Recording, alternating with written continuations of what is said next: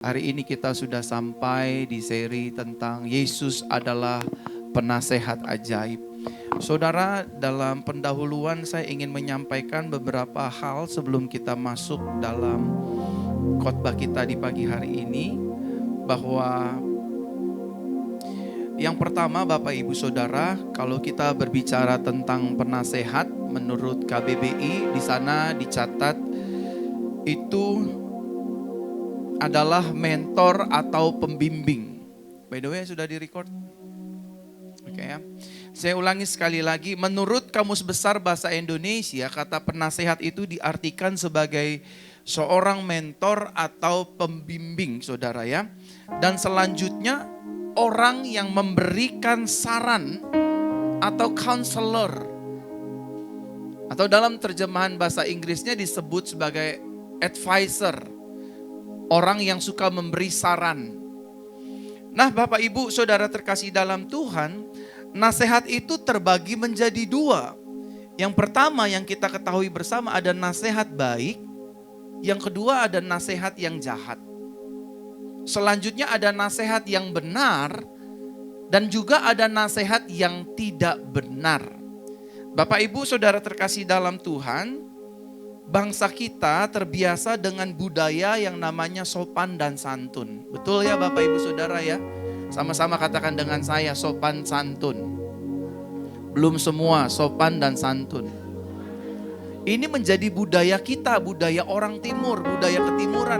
Ada sopan, ada santun, ada etika, ada tata krama, dan lain sebagainya. Nah Bapak Ibu Saudara terkasih dalam Tuhan, sebagai orang Kristen, as a representative of Christ in the earth gitu ya. Saudara dan saya, di keluarga saya, Gilbert, Bu Nuning, semua kita yang hadir di tempat ini, kita harus memiliki rasa sopan dan santun.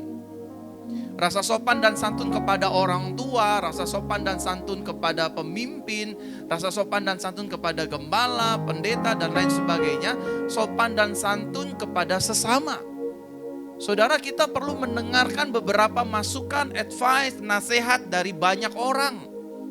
Tetapi saudara terkasih dalam Tuhan, kita juga perlu mencatat bahwa ada hal-hal yang memang harus kita dengar, tetapi ada hal-hal yang kita dengar itu tidak perlu kita lakukan. Sampai sejauh mana tolak ukurnya nasihat dari orang tua, dari pendeta, dari orang di atas kita, bisa kita dengarkan dan kita lakukan. Standarnya harus di atas dasar kebenaran firman. Sama-sama katakan dengan saya akan melakukan setiap nasihat. Belum semua, saya akan melakukan setiap nasihat kalau itu di atas dasar firman Tuhan. Betul Bapak Ibu Saudara? Standar kita sebagai orang percaya untuk menerima nasihat dari orang tua, dari pendeta, dari gembala, dari pimpinan kita, dari bos kita, dari cici kita, dari suami kita, dari istri kita, harus didasari di atas dasar kebenaran firman Tuhan. Kalau tidak didasari di atas dasar kebenaran firman Tuhan, maafkan saya, jangan dijalankan. Kita perlu mendengarkan nasihatnya, tapi kita jangan lakukan nasihatnya. Pak, itu kurang ajar dong namanya. Bukan kurang ajar. Misalkan orang tua menasehati kita, Bapak Ibu Saudara, tetapi nasihat itu tidak sesuai dengan kebenaran firman Tuhan, saudara dan saya cukup mendengarkan nasihat itu, tapi jangan lakukan. Karena tadi saya bilang dalam pendahuluan, ada nasihat yang baik, ada nasihat yang jahat. Ada yang nasihat Bapak Ibu Saudara itu dilatar belakangi hanya dengan emosi, dendam, kebencian, sakit hati, dan balas dendam.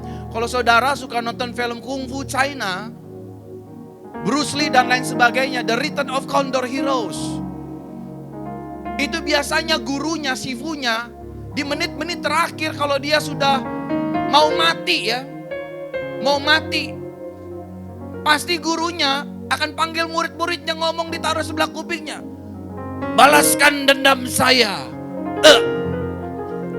Betul Kak? Yang ketawa nonton, yang gak ketawa ini rohani sekali. Kalau kita nonton film-film Chinese yang kungfu-kungfuan khususnya, Sebelum gurunya itu mati, meninggalkan dunia kehidupan ini, dia pasti panggil murid-muridnya tuh Bapak Ibu Saudara. Please, balaskan dendam saya. Guru, guru. Maka sang murid Bapak Ibu Saudara berlatih 1000 jurus untuk membalaskan setiap apa? Dendamnya. Jadi hati-hati Bapak Ibu Saudara, tidak semua nasihat itu adalah nasihat baik. Tidak semua nasihat itu adalah nasihat yang benar. Saya kasih contoh satu. Nasihat Sarah kepada Abraham adalah nasihat yang mencelakakan hidup orang Kristen sampai hari ini. Gara-gara nasihat yang salah itu Bapak Ibu Saudara, gereja susah sekali bangun rumah Tuhan. Ibadah dipersekusi dan lain sebagainya. Hanya gara-gara nasihat nenek-nenek tua. Abraham, aku ini wis tua. Kalau pria Bapak Ibu maaf ya, walaupun usia udah 77, stamina masih kuat. Walaupun gak kuat-kuat amat, tapi masih ada pukulannya. Sambang. Jemaat sebelah sini senyum-senyum saya ngomong begini saudara.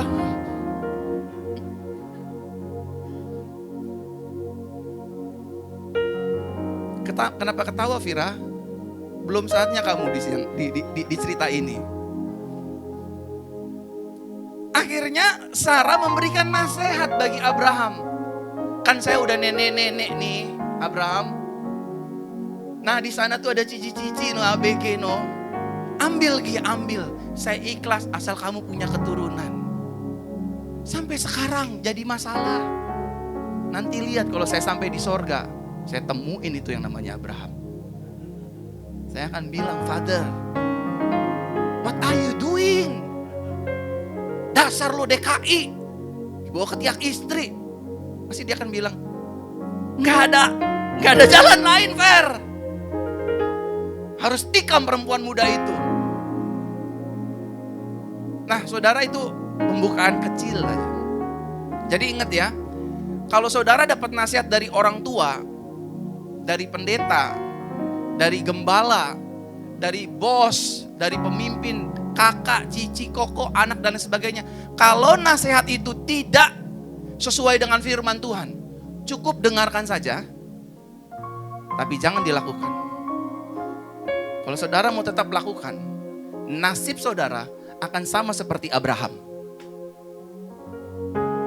Halo? Abraham memang tercatat sebagai bapak orang beriman, tapi dia juga tercatat menjadi bapak troublemaker.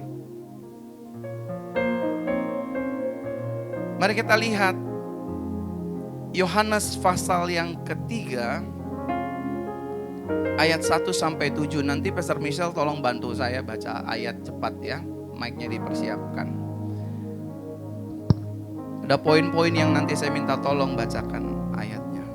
Yohanes pasal 3 ayat 1-7 dikatakan demikian, saudara. Simak baik-baik ya. Adalah seorang Farisi yang bernama Nikodemus, seorang pemimpin agama Yahudi.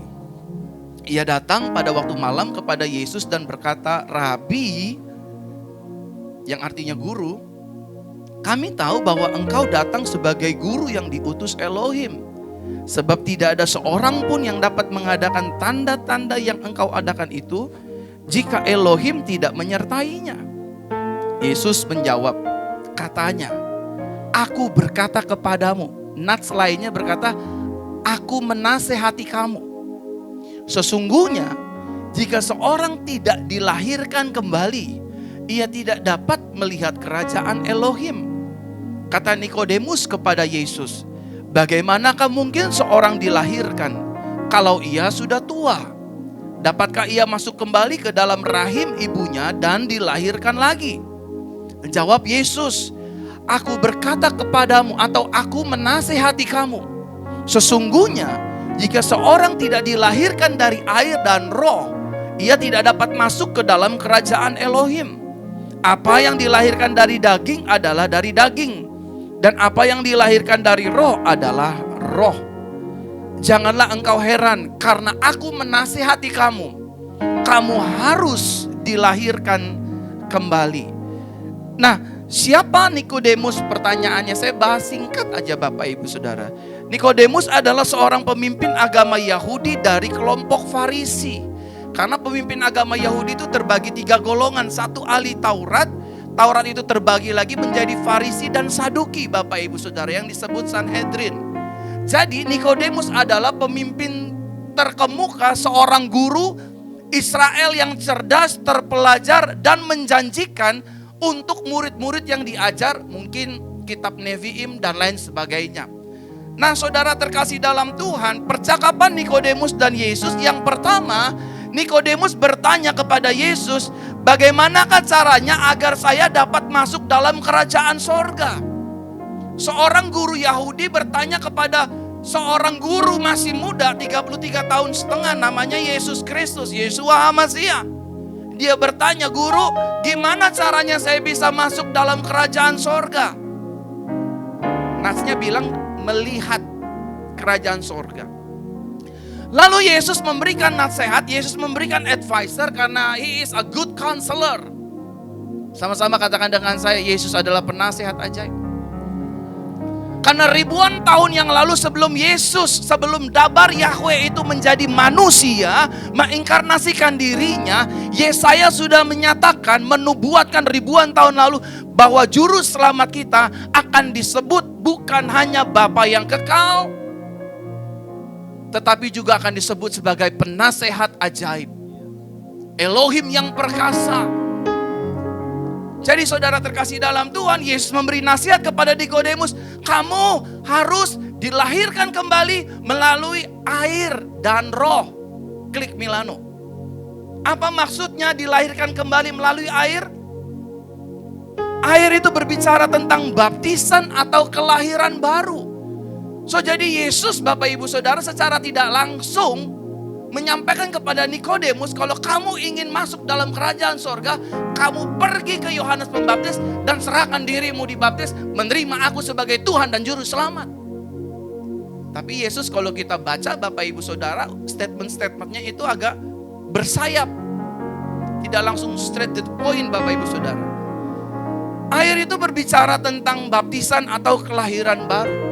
Baptisan adalah sebuah deklarasi nyata bagi orang yang mau menerima pribadi Yesus sebagai Tuhan dan Juru Selamat.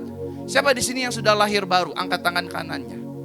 Tinggi-tinggi. Saya tahu saudara datang ke tempat ini sudah mandi dan pakai deodoran. Jadi saya suruhnya angkat tinggi-tinggi. Siapa yang sudah menerima Yesus melewati tanda baptisan?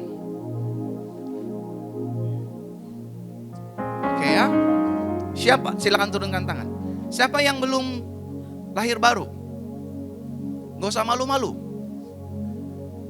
Nah, Bapak Ibu, ada banyak ajaran di luar sana yang berkata baptisan tidak menyelamatkan. Saya tidak setuju Bapak Ibu. Memang yang menyelamatkan adalah Yesus. Tapi tanda awal orang menyerahkan hidupnya melalui tanda baptisan adalah baptisan itu sendiri. Contoh Bu Yayu. Saya suka sama Bu Yayu. Mau gak jadi istri saya? Katakan Bu Yayu single ya, maaf Ce, jangan marah ya Ce. Itu pendetanya genit, najis. Jangan, kan contoh. Kira-kira mau gak Bu Yayu? Mau lah, Bu Yayu single, saya single. Mau gak jadi istri saya? Tapi saya gak nikah-nikahin, cuman kumbo aja, kumpul kebo tiap hari. Free sex. Kira-kira di hati Bu Yayu yang paling dalam, pasti akan berkata, kapan sih lo mau propose gue? Kapan sih lo mau ngelamar gue? Betul gak wanita-wanita? Seliberal-liberalnya orang Eropa, sebebas-bebasnya orang Eropa, itu ceweknya dalam hatinya Bapak Ibu Saudara kepingin dinikahin. Georgina siapa ya? Saya jarang nonton artis-artis luar negeri. Pacarnya Cristiano Ronaldo yang sudah punya anak beberapa. Ya tahu Pak? Berarti suka bola Bapak. Itu dalam hati kecilnya kepingin dinikahin sama Cristiano Ronaldo, sang mega bintang lapangan hijau. Bukan cuman kumpul kebo dinafkahin. Semua perempuan pasti kepingin dinafkahi sama suaminya, sama pacarnya. Amin, wanita-wanita. Aminnya tertekan. Sudah lama diabaikan sama suami. Tapi kalau semuanya sudah dinafkahi, semua sudah terpenuhi, percayalah, yang dia cari paling utama adalah tanggung jawab dari si suami. Betul? Baptisan Bapak Ibu Saudara adalah tanda bahwa orang itu benar-benar serius mau unite, mau kawin sama Yesus. Karena di dalam baptisan itu Bapak Ibu Saudara artinya ditenggelamkan dan dibangkitkan, menyatu satu tubuh, satu darah dengan Yesus. Tepuk tangan buat Tuhan. Jadi orang Kristen ini lucu sekarang hidupnya banyak berandai-andai. Pak, orang yang di kanan kiri Yesus gak dibaptis masuk surga. Lu mau begitu? Mau saudara? Jangan andai-andai. Kalau ada yang pasti kenapa berspekulasi? Serahkan diri kita pada Yesus. Lahir baru Bapak Ibu Saudara. Saya diancam sama almarhum papa saya, kalau sampai lu lahir baru ini golok tembus ke kepala lu. Saya gak takut saudara. Saya diem-diem. Habis baptis saya robekin suratnya. Yang penting saya memilih Yesus daripada memilih ucapan papa saya. Ini golok kelapa ini pasti tembus ke kepala kamu. Kalau kamu sampai lahir baru, kamu itu udah diserahkan. Baptis percik waktu kecil. You know artinya baptisan, mati dan ditenggelamkan. Mengakui dosa-dosa kita. Itu yang pertama. Yang kedua, maksud dari perkataan Yesus air dan roh adalah, roh berbicara tentang baptisan Roh Kudus. Artinya saudara dan saya ini dipenuhi oleh Roh Kudus. Saudara dan saya ini dimiliki, didiami, He dwelt in us. Dia tinggal dalam kita, Roh Kudus itu. Makanya saudara kita dibilang bait Roh Kudus. Tubuh kita adalah bait Roh Kudus. Maaf ya tante semua yang lagi sakit, bukan tempat sarang kanker, bukan tempat sarang tumor. Kenapa banyak orang Kristen gak ngerti itu? Karena iblis gak mau orang Kristen sampai ngerti firman Tuhan. Karena kalau iblis orang percaya sampai ngerti firman Tuhan, iblis gak ada kerjaan. Betul saudara. Tubuh tante itu bait Roh Kudus, bait Elohim, bukan tempat sarang tumor, bukan tempat sarang orang lumpuh, bukan orang dan lain sebagainya. Ibu, tapi ya Pak, gimana dong, saya udah kanker, saya udah tumor. Lawan dong, lawan. Tubuhmu bait Roh Kudus. Kamu doa sama Tuhan, ini baitmu Tuhan. Kalau hancur Tuhan yang rugi. Halo? Ini gak lagi ngomong naif, ini ngomong kebenaran. Makanya tadi di depan saya bilang, kalau nasihatnya itu tidak didasari firman Tuhan, dengarkan saja, jangan dilakukan. Nah, baptisan Roh Kudus adalah tanda bahwa hidup kita sudah dimateraikan menjadi milik Yesus untuk selama-lamanya. Dan Roh Kudus gak bisa keluar dari kita. Kita ini dimateraikan sampai selama-lamanya. Makanya Bible bilang jangan dukakan Roh Kudus, jangan padamkan roh. Saudara harus terus berkobar-kobar. Kenapa gak boleh padam rohnya? Kalau rohnya padam, Roh Kudusnya padam, tante akan pasrah. Oh iya, saya memang divonis kanker stadium 2, stadium 3 bulan lagi saya mati. Ya udahlah, matilah. Lah, emang tante gak mau lihat Satrio berhasil? Gak pengen lihat anak-anak yang lain nikah di pelaminan berhasil, sukses? Iblis itu datang mencuri, membunuh, membinasakan. Tapi Yesus datang bawa kelimpahan, kemerdekaan, kesembuhan, sukacita. Jangan mau nyerah saudara yang sakit.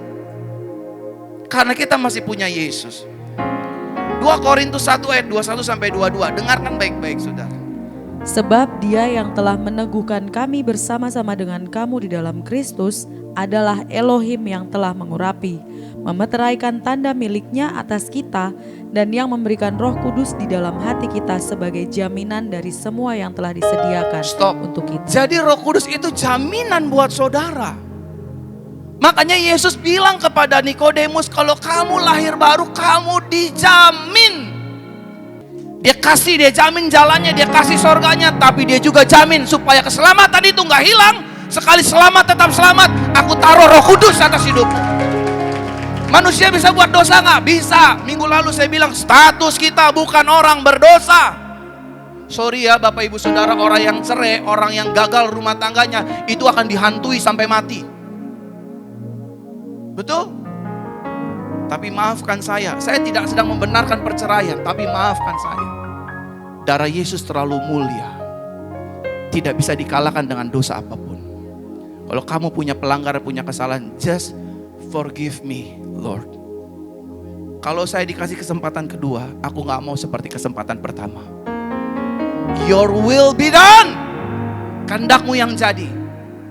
Aku belajar dari masa laluku yang buruk. Aku gak mau buat yang salah lagi di depan. Saya gak lagi membenarkan perceraian, saudara. Tapi just for your information, darah Yesus gak bisa dikalahkan dengan apapun. Sekali sudah tercurah, selama-lamanya kita diselamatkan. Tepuk tangan bagi Tuhan. Efesus pasal pertama 13-14. Di dalam Dia kamu juga, karena kamu telah mendengar firman kebenaran, yaitu Injil keselamatanmu. Di dalam Dia kamu juga, ketika kamu percaya, dimeteraikan dengan Roh Kudus yang dijanjikannya itu. Dan Roh Kudus itu adalah jaminan bagian kita sampai kita memperoleh seluruhnya, yaitu penebusan untuk menjadikan kita milik Elohim untuk memuji kemuliaan-Nya. Keren, kasih tepuk tangan dulu dong buat Tuhan. Siapa di sini yang pernah jual beli rumah, melakukan jual beli rumah, jual beli apartemen, jual beli mobil, jual beli apapun? Siapa? Angkat tangannya. Enggak, tenang, saya enggak minta perpuluhan. Muka lu gak usah takut begitu. Siapa yang pernah melakukan itu? Bu, Pak, saya mau tanya, tanpa adanya materai, kira-kira agreement itu sah nggak? Siapa di sini yang pernah pergi ke bank? Bank pemerintah? Bank keliling yang sobek 20.000 per hari?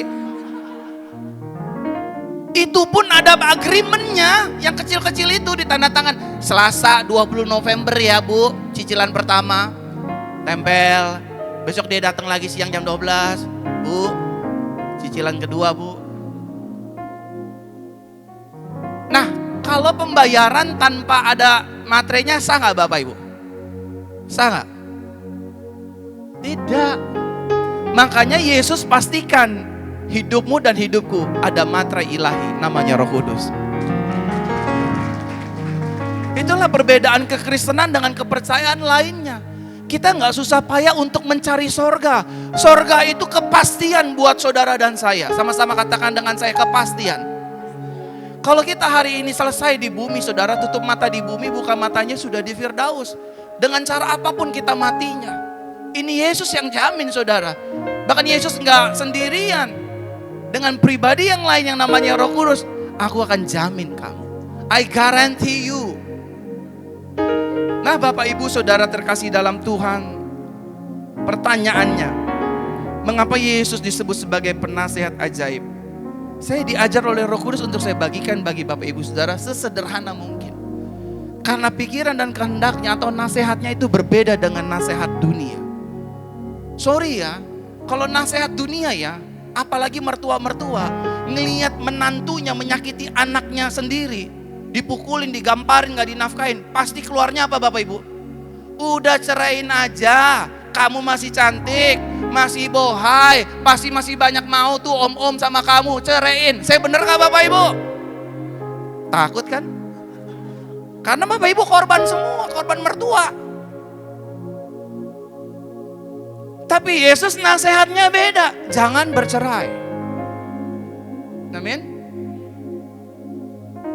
Kalau orang dunia, bestie kita disakiti nih, pasti yang satu ngomong, udah lo balas, lo tulis di sosmed, lo jelek-jelekin keluarganya, rumah tangganya, semuanya, lo buka. Itu dunia. Tapi Yesus bilang, jangan balas yang jahat sama yang jahat. Karena aku yang akan melawan orang jahat. Makanya minggu lalu kan saya udah bilang, orang Kristen anak Tuhan kalau menyatakan segala keluh kesahnya di sosmed, maaf ya, kampungan. Dia sedang menelanjangi dirinya di depan umum. Kayak Tuhan gak sanggup tolong, kayak Tuhan gak sanggup bela. Halo Bapak Ibu, saya punya teman Bapak Ibu Saudara itu lagi rame di sosmed tentang pernikahan siapanya gitu ya. Oh, saya bilang ampun, tunggu lo, gue akan bikin video buat lo khusus. Kampungan lo dasar, katanya pelayan Tuhan. Katanya personal asisten pendeta. Nulis status di sosial media. Ampun, kayak orang gak terpelajar. Kayak orang kampung dari dalam gunung, saudara. Ntar hari Senin, oh Yesus engkau baik. Kesetanan nih orang. Roma pasal 11 ayat 33 36. Oh alangkah dalamnya kekayaan, hikmat dan pengetahuan Elohim. Sungguh tak terselidiki keputusan-keputusannya, Yes. dan sungguh tak terselami jalan-jalannya. Yes. Sebab siapakah yang mengetahui pikiran Tuhan? Atau siapakah yang pernah menjadi penasihatnya? Atau siapakah yang pernah memberikan sesuatu kepadanya sehingga ia harus menggantikannya? Sebab segala sesuatu adalah dari Dia dan oleh Dia dan kepada Dia. Bagi Dialah kemuliaan sampai selama-lamanya. Keren, saudara. Jadi Tuhan kita itu benar-benar penasehat yang ajaib. Cepat saja 5 menit terakhir, saudara, karena ada 5 poin. Melalui apa saja nasihat Yesus diberikan bagi hidup kita. Yang pertama melalui firman-Nya. Sama-sama katakan dengan saya, melalui firman Tuhan. Makanya kalau orang Kristen gak baca firman Tuhan, salah sendiri, nyesal sendiri. Kamu sakit, minum obat gak sembuh-sembuh. Oh ini ada, oleh bilurku kamu yang sakit jadi sembuh. Amin. Makanya baca. Waktu saudara gak punya uang, kesulitan, masalah ekonomi, rumah tangga, ini ada. Hai istri tunduk kepada suami, suami jangan kasar sama dan lain sebagainya. Harus firman, saudara. Ini nasihat Yesus itu pasti lewat firman. Lalu yang kedua, Bapak Ibu Saudara, nasihat Yesus bisa dinyatakan melalui doa. Waktu kita berdoa itu pasti ada nasihat Tuhan. Tuhan, what should I do? Langkah apa yang harus saya ambil? Saya digugat cerai oleh suami saya, oleh istri saya. Dagangan saya, toko saya dijahati oleh banyak orang. Apa yang harus saya lakukan? Biasanya di dalam doa tersebut, saudara, ada suara kecil yang begitu damai, yang membimbing dan memimpin hidup saudara dan saya. Apa yang harus kita lakukan? Dan yang ketiga, Bapak Ibu Saudara, melalui apa Yesus menyatakan nasihatnya. Yang ketiga melalui dutanya. Saya suka pakai kata duta daripada pelayannya. Melalui gembala, melalui pendeta, melalui guru, rasul, nabi. Saudara tanya. Tapi tetap barometernya adalah firman Tuhan. Lalu yang selanjutnya, yang keempat, melalui apa saja nasihat Yesus diberikan bagi hidup kita, melalui keluarga dan rekan-rekan kita. Semalam Bapak Ibu Saudara, anak saya Lovely Tehila usianya 7 tahun. Saya ngomong sama istri saya, Mami, ada wanita cantik banget, kayaknya udah cantik kaya, baru follow saya. Terus kirim pesan ke saya, minta didoakan dan lain sebagainya. Tiba-tiba Lovely bilang begini, orang Kristen gak boleh selingkuh, tahu? Kalau bukan Tuhan siapa yang ngomong gitu? Anak 7 tahun. Emang papi gak boleh, Pi? Gak boleh, dosa loh. Ditambahin lagi pakai dosa loh. Terus kalau mami, kalau di WA orang gimana, Pi? Sama laki-laki lain? Gak boleh juga. Dua-duanya gak boleh jahat, itu jahat namanya. Udah gue bilang, udah nih Tuhan nih fix. Tapi saya kasih tahu istri saya, ini nih sayang nih, ini DM-nya ini nih, nggak ada yang aneh-aneh nih, ini perempuannya, ini mukanya nih, aku bilang nih. Bisa lewat orang tua kita, bisa lewat anak kita, bisa lewat orang di sekitar kita. Tapi kalau itu tidak sesuai kebenaran firman Tuhan, dengarkan saja, jangan dilakukan. Yang terakhir, melalui apa Bapak Ibu Saudara? Yang terakhir melalui tanda alam. Pernah saudara? Udah hujan gede masih disikat juga? Akhirnya keplanting-planting di jalanan naik motor? Seringkali kita abain tuh. Seringkali kita abaikan itu. Melalui tanda alam kita tahu saudara. Oh, saya kayak gak usah buka toko deh. Cuaca lagi gak baik, tapi karena pikirannya cuan, begitu buka toko, pohon kelapa di sebelah tumbang nimpa kita, brah.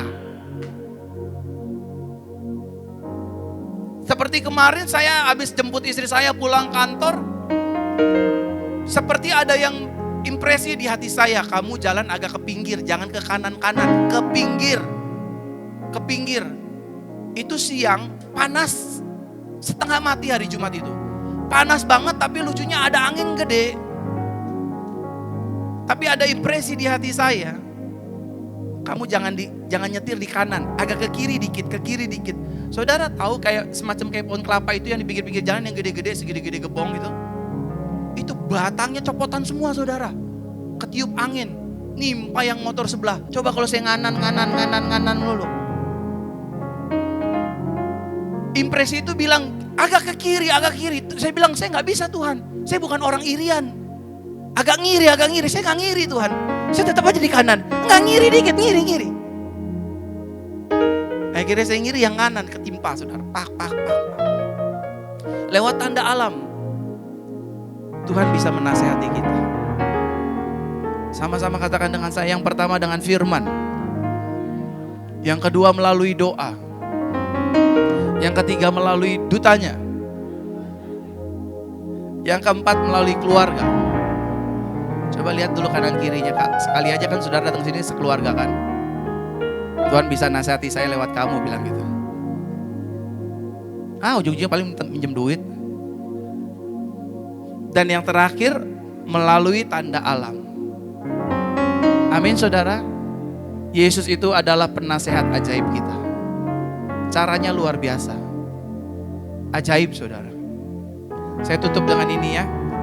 Ini 11.19, semenit lagi 11.20. Setelah itu saya serahkan ke Pastor William. Saudara, dalam doa pribadi saya sama Tuhan, mungkin ada beberapa orang yang sudah tahu. Saya doa sama Tuhan begini, Tuhan, saya kalau doa itu sesuai firman. Saya nggak mau doa yang nggak sesuai firman, yang ada di firman aja. Kalau boleh, saya nggak mengalami kematian ya. Kalau boleh saya nggak usah mati, angkat aja, angkat gitu. Karena kita sudah memasuki era rapture saudara, akhir zaman. Saya bilang sama Tuhan Yesus, kalau boleh saya nggak ngalamin mati ya. Saya doa itu terus. Sampai satu hari Tuhan jawab sama saya. Waktu saya lagi intim banget sama Tuhan. Tuhan bilang begini sama saya, Fer. Kalau kamu gak mati, gak ada orang yang kenal kamu. Kamu harus mati. Waktu dia bilang kamu harus mati itu kayak pukulan telak di hati saya. Bek! Aduh ini kayak bukan Tuhan nih. Kamu harus mati. Kamu harus dikuburkan. Supaya orang mengenal Yesus lewat kamu. Dulu orang ini loh yang nyelamatin saya. Tuhan pakai dia loh untuk saya menerima Yesus. Dia sembuhin saya. Kamu harus mati. Tapi Tuhan jujur saya takut mati. Percayalah. Saya yang akan jemput kamu. Bahkan usianya Tuhan kasih tahu ke saya. Di usia sekian kamu aku jemput. Infoin ke istrimu. Infoin ke anak-anakmu. Tanya aja mama saya tuh, mama mertua. 2-3 hari yang lalu saya bincang-bincang sama Lovely tentang kematian saya nanti. Anak saya nangis Bapak Ibu. Saya bilang Lovely harus siap dari sekarang. Karena papi nanti akan dijemput Tuhan. Usia berapa? Usia sekian. Lovely udah usia berapa? Usia sekian. Papi atau mami? Rahasia saya bilang gitu. Nah saudara, saya menerima nasihat itu. Akhirnya mulai sekarang saya udah gak berdoa Tuhan, kalau bisa saya gak mati ya. Akhirnya doanya udah berubah, Tuhan saya siap. Karena Tuhan yang janji, aku sendiri yang akan jemput kamu. Aku sendiri yang akan jemput kamu. Bukan Michael, bukan Gabriel, tapi aku sendiri yang akan jemput kamu. Saya bilang sama istri, saya bilang sama Lovely, ini jauh loh saudara-saudara, jangan sedih dulu, tenang aja masih jauh. Tenang aja, masih jauh. Tugas pendetamu ini masih banyak. Jangan kayak sekarang, waduh kasihan pendeta gue, kasih persembahan deh 2 kali deh, 3 kali deh, gak apa-apa deh buat penguburan. Kurang ajar lu cuman emang. Ini masih jauh, tapi Lovely nangis sampai saya dimarahin sama mama saya. Ngapain sih nangisin anak lu senengnya? Dia gak tahu semalam kita habis cerita kan. Tuhan Yesus memberkati Bapak Ibu. Tepuk tangan bagi Tuhan.